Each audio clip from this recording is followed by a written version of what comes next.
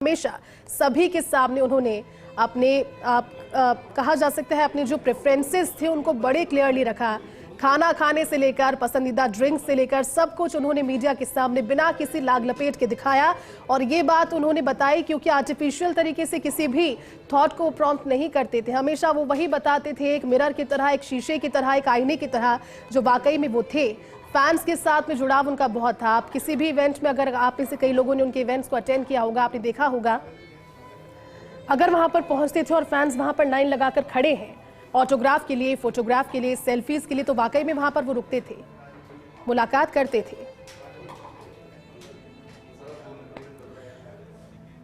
तो देखिए, दुख सभी के मन में है, लेकिन एक अभिनेता से तर कई सारी पारियों में एक राजनीतिक पारी भी उनकी रही।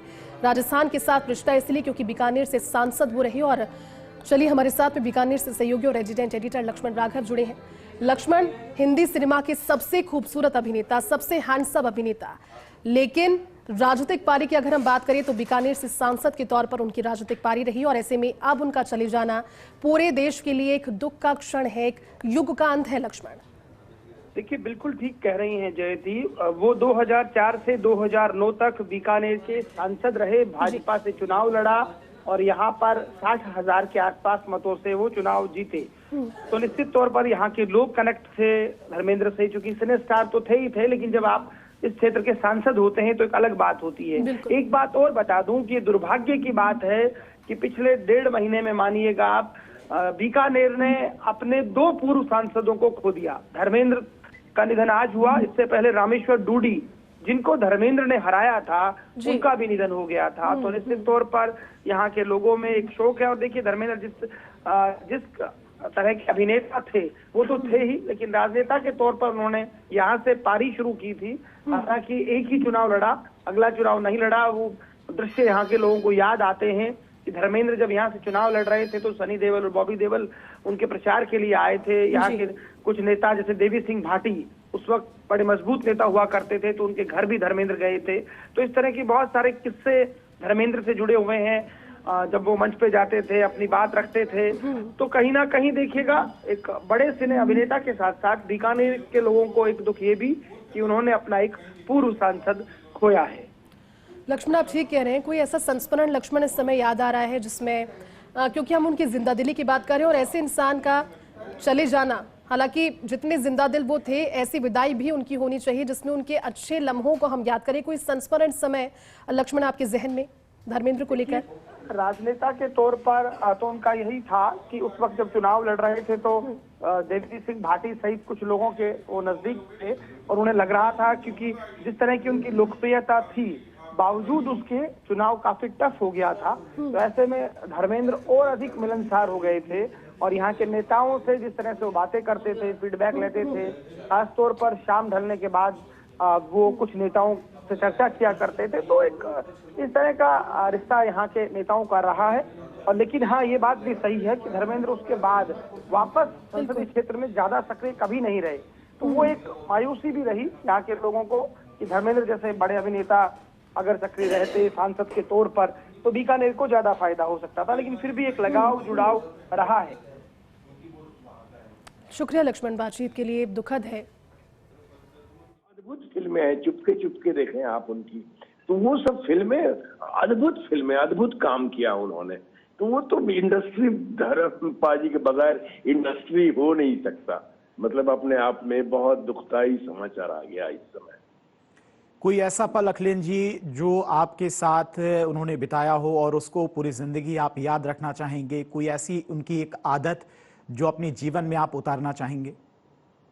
मेरी मुलाकात हुई थी कि मैं वहां पे चंपकू फिल्म कर रहा था। उन्हीं की प्रोडक्शन की, सन्नी देओल जी प्रोड्यूसर थे उसके, और मैं वो कर रहा था, वो फिल्म कर रहा था और मैं सन्नी साउंड, सुपर साउंड, वहाँ हमारा फोटो शूट था। और आके और हमें धर्मेंद्र पाजी का जो कमरा था उसी कमरे में बैठाया गया था। कमाल बात ये है। और मैं वहां पे कपड़े बदल के बैठा हुआ था, तब तक धर्मेंद्र पाजी आ गए वहां कमरे में। अरे की हाल है, की हाल है, हमने पैर में छुए, उनसे क्या चल रहा है? मैंने कहा फोटोशूट चल रहा है। किसका चल रहा है? चमकू फिल्म का चल रहा है। तो बड़े प्यार से, कौन बना रहा है, कौन हीरो है? मैंने कहा बॉबी देओल हीरो है। तो उस तरह से बातें एकदम बच्चे की तरह, और फिर मिलना और की रोटी खाया क्या, ये वो, क्योंकि उनके खाने का समय था, वहां पे वो खाने वाले थे, खाना खाने वाले थे। मतलब इस तरह से मुलाकात इतने प्यार से, और मैं पहली बार उस तरह से इंटरेक्शन हुआ था मेरा, ये 2008 की बात बता रहा हूं मैं आपको। तो ये अद्भुत अद्भुत पल था वो मेरे लिए, अद्भुत पल था जी।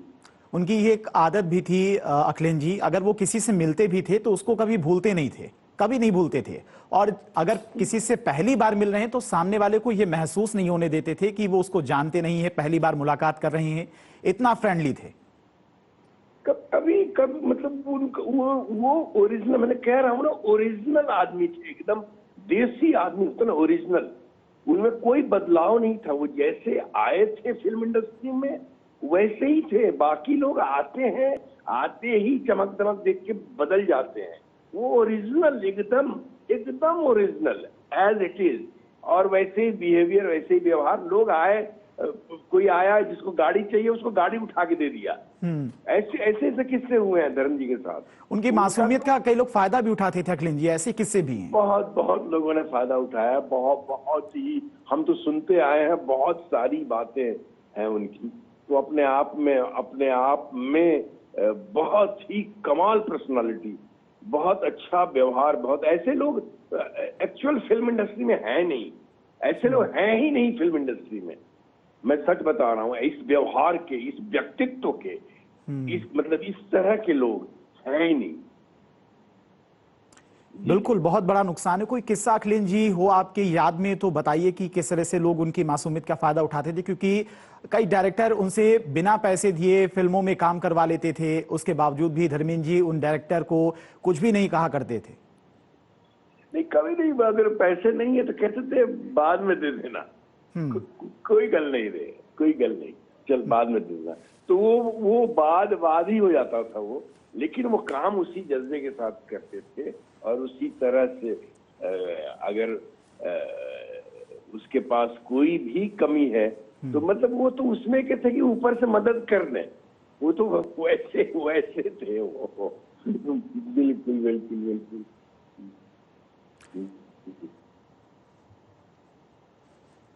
ठीक है अखिलेश जी, आपने अपना समय दिया ऐसे वक्त में, बहुत बहुत शुक्रिया आपका। तो फिलहाल आज 79 साल की उम्र में अंतिम सांस ली एक्टर धर्मेंद्र ने, और फिलहाल उनका अंतिम संस्कार भी कर दिया गया है। मुंबई के विले पार्ले शमशान घाट पर उनका अंतिम संस्कार हुआ है। बड़े बेटे सनी देओल ने मुखाग्नि दी है।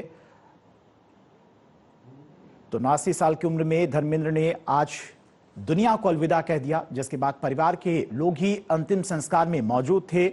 खाली फिल्म अभिनेता अमिताभ बच्चन पहुंचे थे उनके आवास पर उनके अंतिम दर्शन करने के लिए, और परिवार के लोग ही मौजूद थे अंतिम संस्कार में।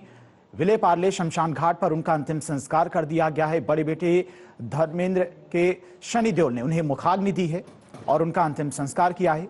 विले पार्ले शमशान घाट पर उनका अंतिम संस्कार हो चुका है। बेहद कम लोग मौजूद थे अंतिम संस्कार में, और परिवार के लोगों के साथ साथ कुछ खास लोग, जैसे सबसे खास उनके थे अमिताभ बच्चन, यानी कि जय वीरू की जो जोड़ी थी वो आज टूट गई। और जिसके बाद उन्हें अंतिम विदाई देने के लिए, अंतिम दर्शन करने के लिए उनके आवास पर पहुंचे थे, और अब उनका अंतिम संस्कार भी कर दिया गया है।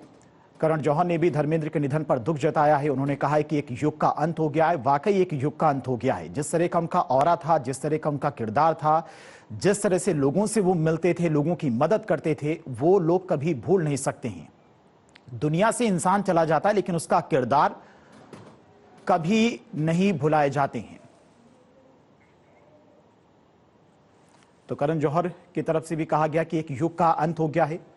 करण जौहर ने धर्मेंद्र के निधन पर दुख जताया है। तो पंचतत्व में विलीन हुए बड़े बेटे सनी देओल ने मुखाग्नि दी है। विले पार्ले शमशान घाट पर धर्मेंद्र का अंतिम संस्कार किया गया है, और परिवार के लोग ही अंतिम संस्कार में मौजूद थे, और कुछ खास लोग, बाकी कोई पहुंचता उससे पहले ही अंतिम संस्कार कर दिया गया।